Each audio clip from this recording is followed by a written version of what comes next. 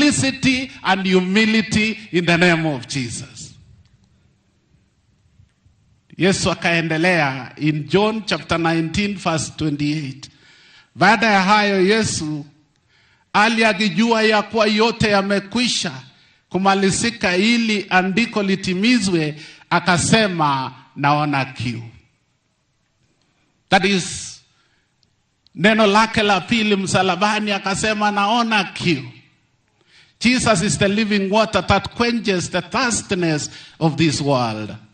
Jesus was reaching out to be served. A friend in need is a friend indeed. From the time when Adam and Eve disobeyed God in the Garden of Eden, humanity is always empty, finite, limited, and thirsty. Your Excellency, before you came, a testimony was given that in 2022, Kelvin came to church. He was prayed for. And after coming to church, he went to win the marathons. And the person who was giving the testimony, akasema, ni kama vile walikutana na Mungu kanisani, mbingu ikafunguka. Ikawa ni kufunja record tu. Hata hii ya Rotterdam ambayo iko April, angeangusha katika jina la Yesu. Fare thee well, Kelvin. Yesu akasema naona kiu. Ninahitaji maji. Akasema ya kwamba let me reach out.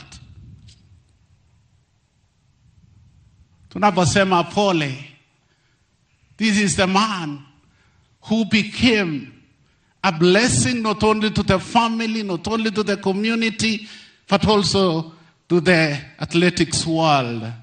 He inspired, aliwakusa wengi sana. Yesu akasema naona kiu. Kumaanisha ya kwamba tunahitajiana. We need to reach out. Tutafutane, tutiane moyo. Kama Kelvin aliwakusa wengi, ombi letu ni ya kwamba tuwe pia watu wakuwakusa wengi katika maisha haya. Fare thee well, the servant of God. Kilio chake cha tatu Yesu ni katika Luka 23 mstari wa 28. Yesu akawakeukia akasema, enyi binti za Yerusalemu, msinililie mimi, bali jililieni nafsi zenu na watoto wenu. This is an act of gratitude. Jesus is fully aware that the tears of the mothers will change the narrative, and for that he is asking the mothers not to underrate their tears, for their tears are so powerful and do touch the heart of God. Cry for the state of the unemployment of the young people. Cry for the drug abuse, the infamous philosophy of Wachakoya, drunkardness, teenage pregnancies, the life of endangered boy child, who many a times go through identity crisis. Mothers cry, daughters of Jerusalem. God sees your tears and he will come through for you at the right time, for God's timing is always the best. So Jesus is raising the status of women, calling them daughters of Jerusalem. In other words, you belong to the king. You are daughters of the king, daughters of the president, daughters of State House. You have been lifted. You are no longer there to be seen, but you are given a status and a voice. Women empowerment. Jesus is telling them, daughters of Jerusalem, when you cry, heaven will be shaken and blessings will come down in the name of Jesus. Same to all of us here. Ya kwamba wamama wakati huo wa Yesu msalabani, akasema angependa wamama watiwe nguvu, wajue ya kwamba kwa majonzi yao hata na nchi inaweza kutingizika na watabarikiwa.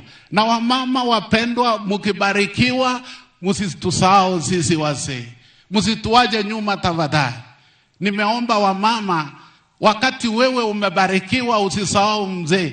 Hata kama wewe uko na transport ya kulipa bodaboda, tafadhali patia mzee, iwe ni yeye anamlipa mtu wa bodaboda.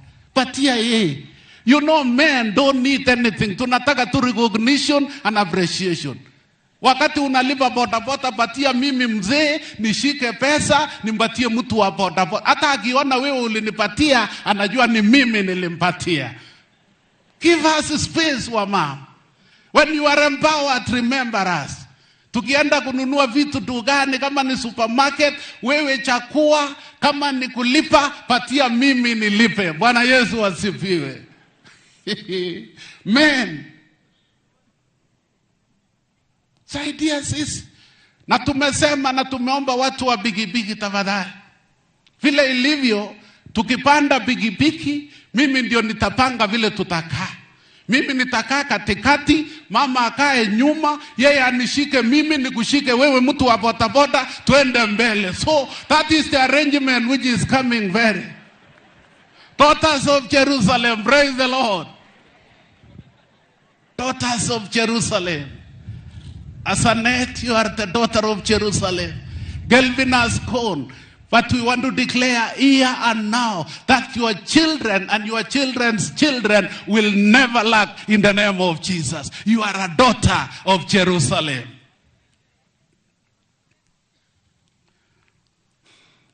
Kilio chake cha nne. Yesu akasema in Luke 23 verses 34, Baba uwasamehe, kwa kuwa wajui watendalo. Wakakawa mavazi yake, wakapikia kura. Yesu akalia akasema uwasamehe. The power of life lies in forgiveness. The tone of reconciliation comes from the victim to the offender. Asema Baba uwasamehe.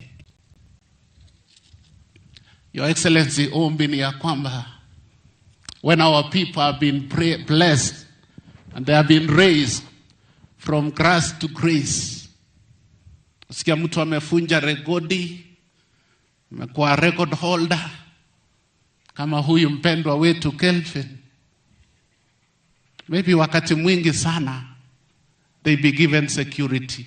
Awe na askari, awe na driver, ingawaje kifo hatuwezi kuzuia, lakini tujaribu tu.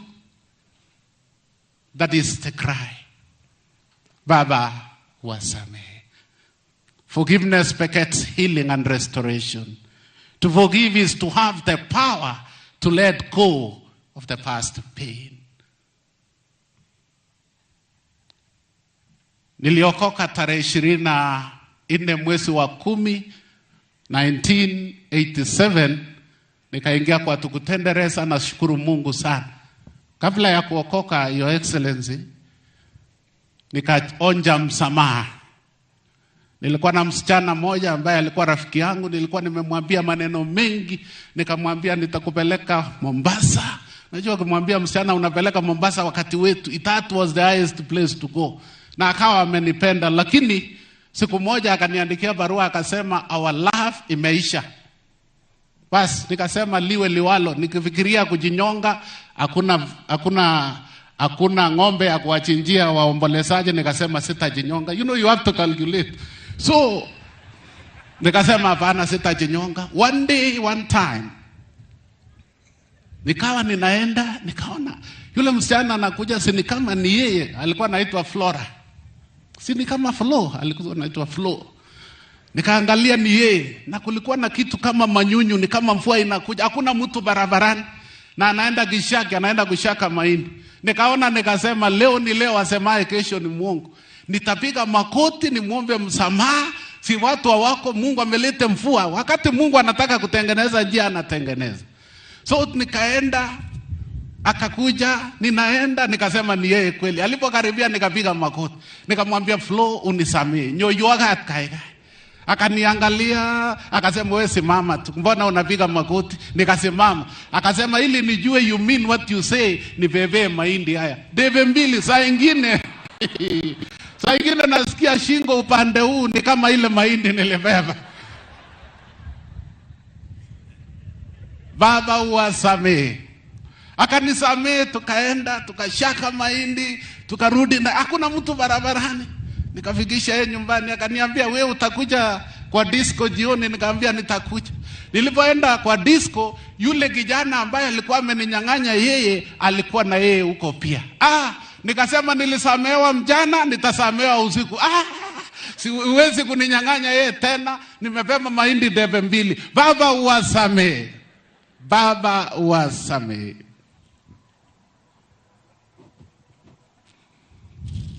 Hiyo ilikuwa ya 4. Kwa sababu ya saa, I want to say the rest to be continued. Kujeni kanisa, tutasikia mambo mengi, lakini mambo mazito makubwa ni ya kwamba Yesu alisikia uchungu kama sisi. So for you, servant of God, fare thee well. Saviri salama, Kelvin. May the Lord lead you. May the Lord guide you. So ya 5, John chapter 19 verses 30. Basi Yesu alipokwisha kuipokea ile siki, alisema imekwisha. Kainama kichwa chake, akaisalimu roho yake. The whole system has ushered in the new order. We are now a new creation. Forget the former things, for God has favored you. Imekwisha. Yesu alipokuwa msalabani, akasema imekwisha. The new dispensation. Akasema imekwisha. Luka 23 mstari wa 46. Yesu akalia kwa sauti kuu akasema, Baba, mikononi mwako na iweka roho yangu.